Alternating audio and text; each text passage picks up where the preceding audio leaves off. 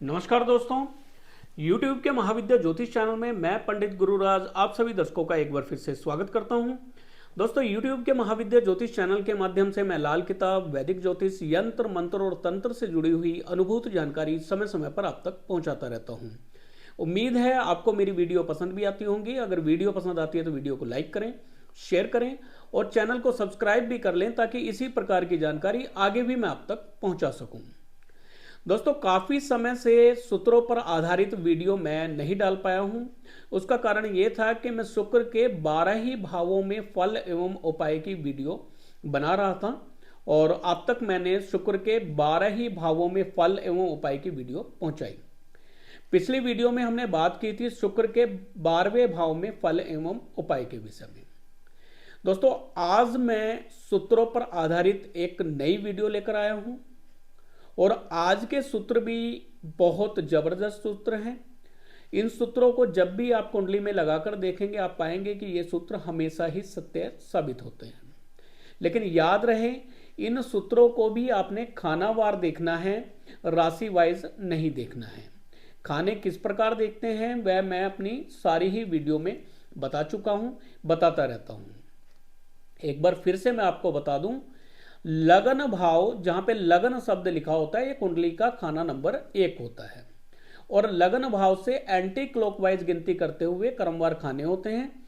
यानी अगला खाना खाना नंबर 2, उसके बाद 3, फिर 4, फिर 5, 6, 7, 8, 9, 10, 11, 12। इस प्रकार ये कुंडली के 12 खाने होते हैं और इन 12 खानों से ही हम जीवन में घटने वाली समस्त घटनाओं की जानकारी हासिल करते हैं।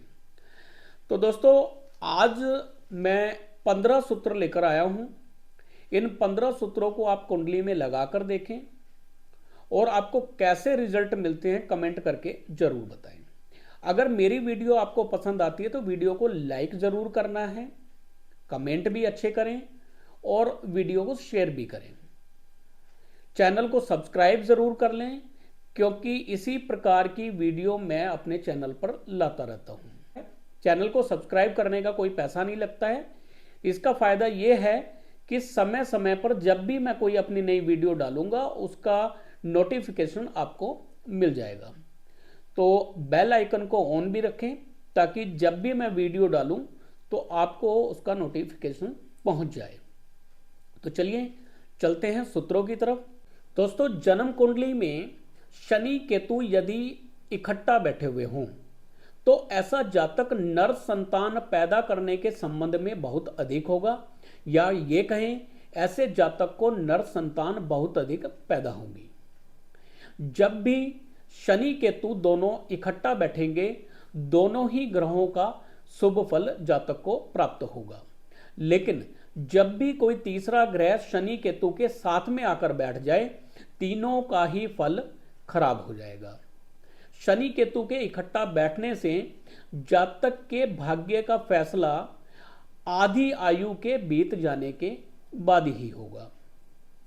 लेकिन यदि जन्म कुंडली में शनि केतु इकट्ठा बैठे हुए हैं और ऐसा इंसान कोई ऐसा जानवर या पशु रख ले जिसका माथे का रंग सफेद हो और बाकी शरीर का रंग किसी अन्य रंग का हो, तब ऐसे जातक के लिए वह पशु किसी शुभ प्रभाव का नहीं होगा।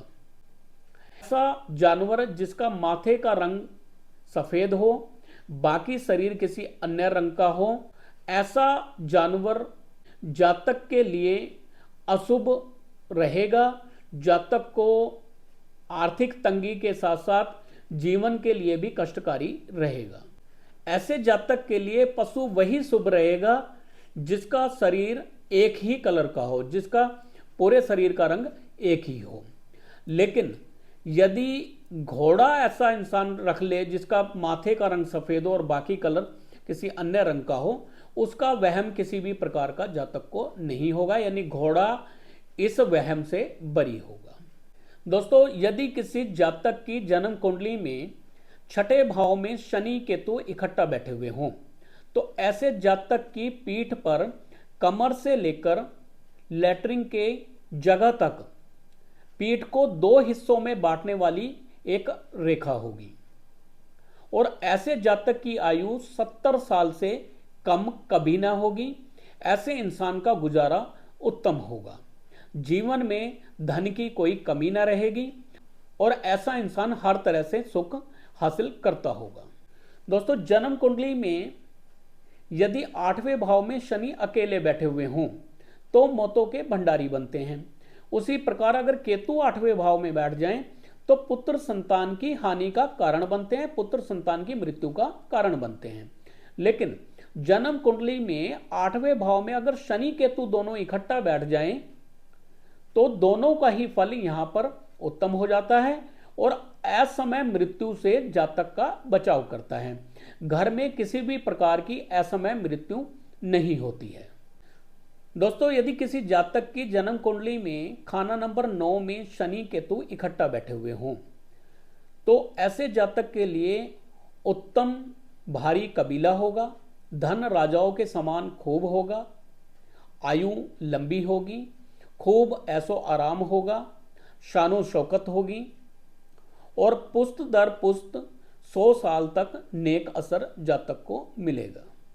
दोस्तों, जन्म कुंडली में शनि केतु यदि 8वें भाव में बैठे हुए हों और मंगल भी साथ में आकर बैठ जाए, मंगल बद साथ में आकर बैठ जाए, तो ऐसा जातक अपने से अच्छा किसी को नहीं समझता है, यानी अपनी ही तारीफों के पुल बांधता रहता है।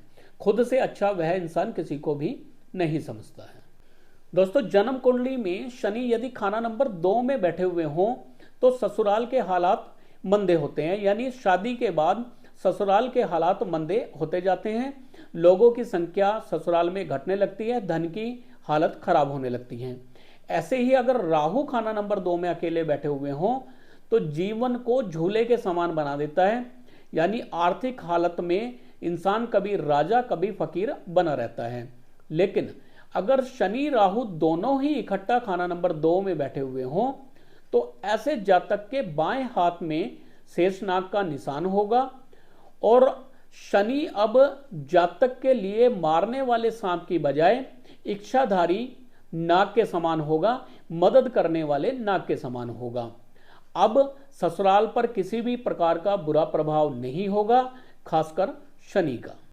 दोस्तों, जन्म कुंडली में शनि राहु यदि खाना नंबर 9 में बैठे हुए हों तो ऐसे जातक के लिए अति उत्तम फल के होंगे, उत्तम भारी कबीला होगा, धन ऊंचे दर्जे का होगा।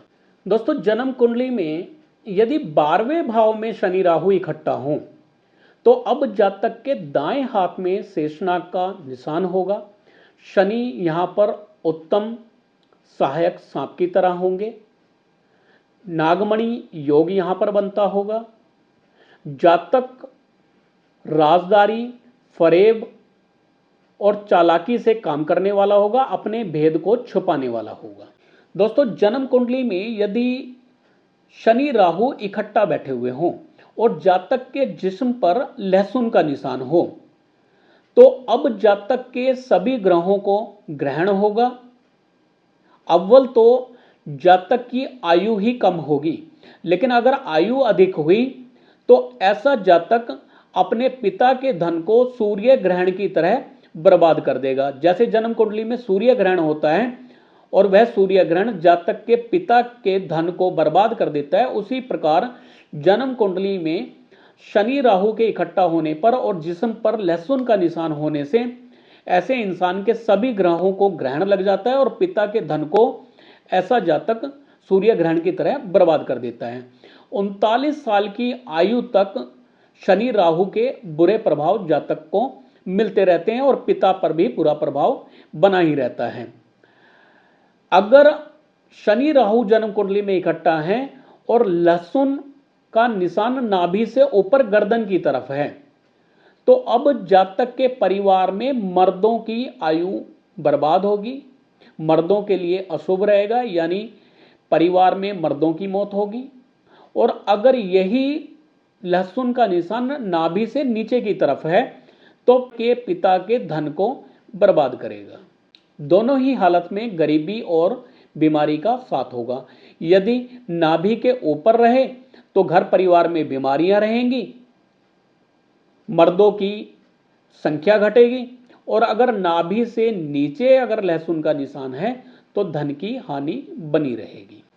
दोस्तों जन्म कुंडली में यदि शनि राहु इकट्ठा बैठे हुए हों तो ऐसे जातक के लिए रात के समय बादाम, पक्की शाम के समय नारियल, शनिवार के दिन बादाम, वीरवार की पक्की शाम के समय नारियल को तलना, भूनना या जलाना बहुत ही बुरे फल का होगा। खासकर लोहे की कढ़ाई में अगर शनिवार को बादाम जलाए जाएं या पक्की शाम के समय किसी भी दिन नारियल भूना जाए या तला जाए या वीरवार की शाम को नारियल तला जाए या भूना जाए या रात के समय बादाम तले जाएं या भुने जाएं, बहुत ही बुरे फल के रहेंगे। जातक को धन की तरफ से और सेहत की तरफ से बुरे परिणाम मिलेंगे। दोस्तों जन्म कुंडली में यदि केतु 8वें भाव में बैठे हुए हों तो अब केतु के अच्छे या बुरे होने का फैसला खाना नंबर 12 से होगा। जन्म कुंडली में बुध और शुक्र यदि उत्तम हालत में बैठे हुए हैं, जो अक्सर अशुभ हालत में हुआ करते हैं, अगर शुभ हालत में हैं, बुध और शुक्र यदि शुभ हालत में हैं तो केतु का अब जातक को कोई भी बुरा परिणाम नहीं मिलेगा, यानी संतान का कोई भी कष्ट नहीं होगा, संतान की कोई हानि नहीं होगी और केतु से जुड़े हुए रोग भी जातक को परेशान नहीं करेंगे। रीढ़ की हड्डी के रोग, कान के रोग, मूत्राशय से जुड़े हुए रोग, पैरों से जुड़े हुए रोग जातक को नहीं होंगे, फोड़े फुंसियों से जुड़े हुए रोग जातक को नहीं होंगे। बुध और शुक्र का उत्तम होना जरूरी है और खाना नंबर 12 भी अगर उत्तम है, खाना नंबर 12 में कोई अशुभ ग्रह नहीं है तो केतु का खाना नंबर 8 में हमेशा ही उत्तम फल जातक को मिलता रहेगा। दोस्तों जन्म कुंडली में केतु यदि 8वें भाव में हो तो संतान चाहे जल्दी हो चाहे देरी से हो, लेकिन जातक की आयु कम से कम 70 वर्ष होगी, उससे अधिक चाहे हो, उससे अधिक भी हो सकती है, लेकिन कम से कम 70 साल जातक की आयु जरूर होगी। दोस्तों जन्म कुंडली में यदि केतु खाना नंबर 8 में बैठे हुए हों तो ऐसे जातक को अपनी मौत का समय से पहले ही पता चल जाता है। क्यों? क्योंकि दरवेश यानी कुत्ता मौत के दूतों को देखने में सक्षम होता है और केतु खाना नंबर 8 में उस कुत्ते के समान होता है जो मौत के फरिश्तों को देखने के लिए काबिल होता है।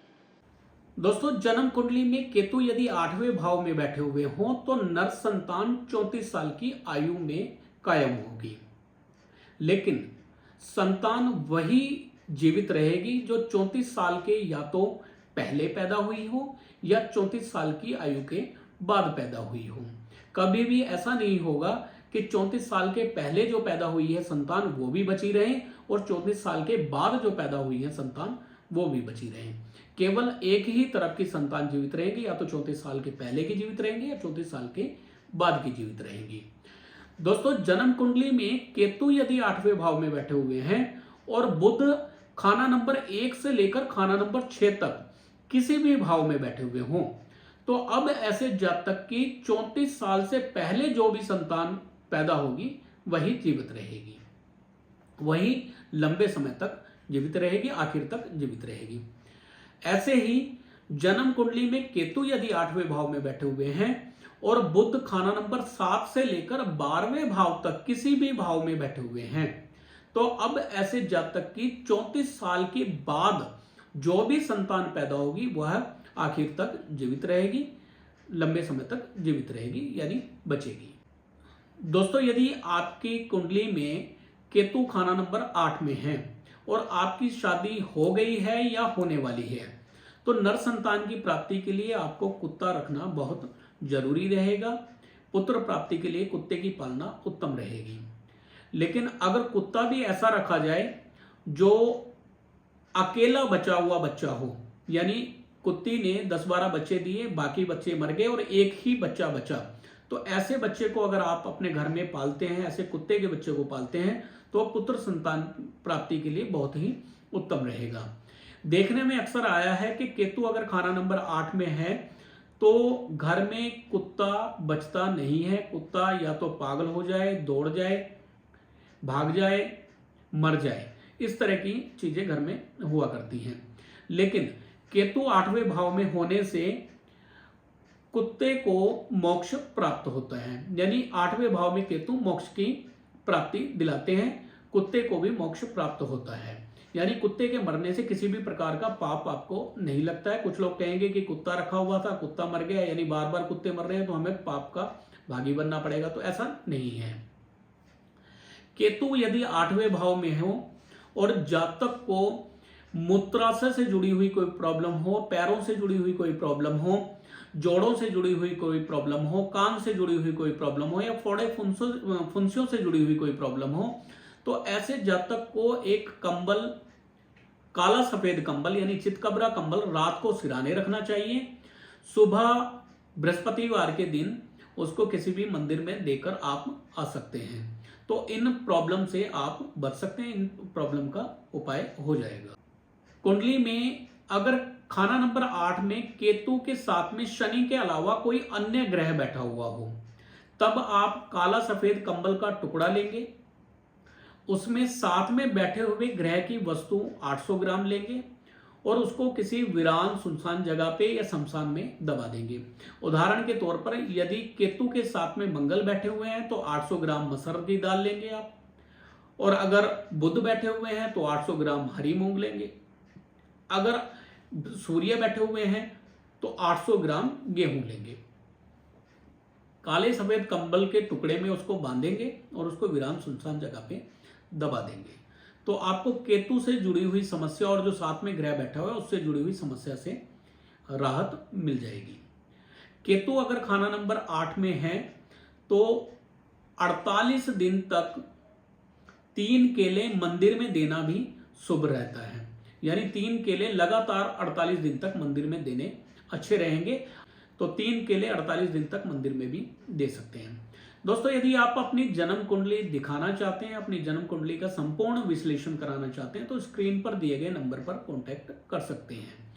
आपकी जन्म कुंडली को बारीकी से देखा जाएगा, लगन कुंडली देखी जाएगी, गोचर कुंडली देखी जाएगी, वर्ष कुंडली देखी जाएगी, दशा, अंतरदशा, प्रत्यंतर दशा देखी जाएंगी, और आपके जीवन में जो भी समस्या चल रही है उसके लाल किताब के अचूक उपाय बताकर समस्या का निदान किया जाएगा। लाल किताब के उपाय आज के युग में बहुत ही कारगर हैं, बहुत ही सस्ते हैं और तुरंत असरकारक हैं। तो लाल किताब के अचूक उपाय करके आप समस्या से निदान पा सकते हैं। जीवन में आगे आने वाली समस्या का भी आपको उपाय बताया जाएगा, किन किन चीज़ों से आपको बचना चाहिए, क्या क्या सावधानी आपको जीवन में रखनी चाहिए, उसकी सभी जानकारी आपको दी जाएगी। तो अगर कुंडली दिखाना चाहते हैं तो स्क्रीन पर दिए गए नंबर पर कॉन्टैक्ट कर सकते हैं। दोस्तों, इसी प्रकार की जानकारी आगे भी आपको मिलती रहे, उसके लिए ज़रूरी है कि आप चैनल को सब्सक्राइब कर लें। सब्सक्राइब करने का कोई भी पैसा नहीं लगता है, फ्री सब्सक्राइब होता है, और आपको तरह तरह की जानकारी जो है हमारे चैनल से मिलती रहती है। बेल आइकन को ऑन कर लेंगे तो जब भी कोई वीडियो बनेगी उसका सबसे पहले आपको नोटिफिकेशन मिल जाएगा। तो वीडियो को लाइक करें, शेयर करें और चैनल को सब्सक्राइब भी कर लें। अच्छे अच्छे कमेंट करें ताकि मेरा हौसला बना रहे। फिर मिलेंगे अगले वीडियो में, तब तक के लिए नमस्कार।